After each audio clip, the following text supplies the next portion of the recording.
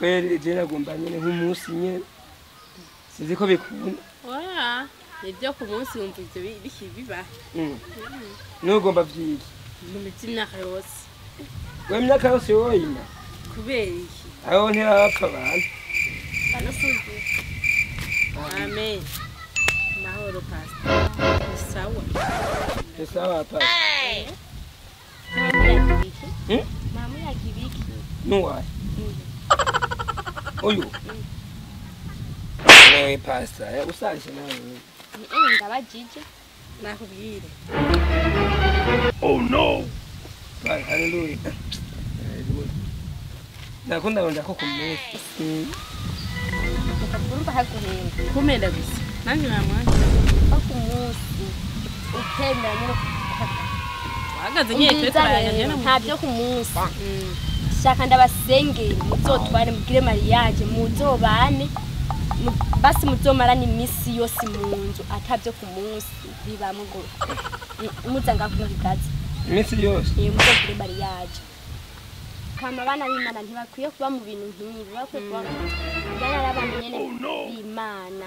abana b'Imana shefu kama riga twama dusengere turaba mu Mana kana kuziransaba ku munsi nibyo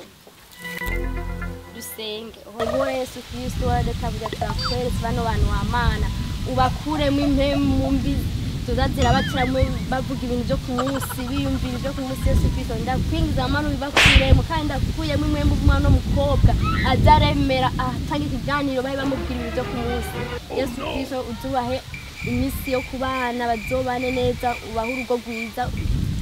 uzogenda neza mu rugo rwa buzoko Yesu Kristo amen amen byo ku munsi biraheze n'urupfu dutandukana n'urupfu n'urupfu kabisa mama mukobwa wisigane yego na pastor urakoze ari ubonye abandi hariya tubasenganye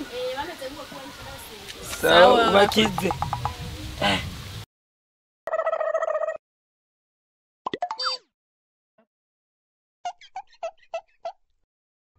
urazi mukobwa rero urabona urunyanya rwarose angry nziza urabona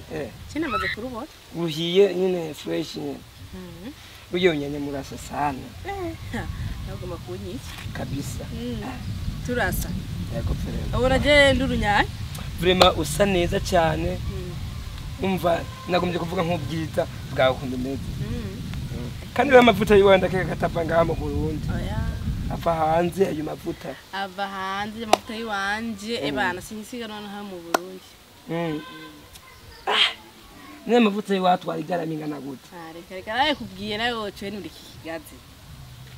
urakira ukuntu kiriye ucugiheno eba tunguvuto bari taramba wowe munyewe ngira wo yiruka none byatunda gutumaho rero kweri je wapi kubihi ash vuga kuma wigira nyene cerumva je ndagomba ko nyene ko tubana nyene ahantu nyene y'amasaha 6 ne turi kumwe turare amasaha 6 gusa ndagira tugiye kubana imyaka yose canke umunsi nibyo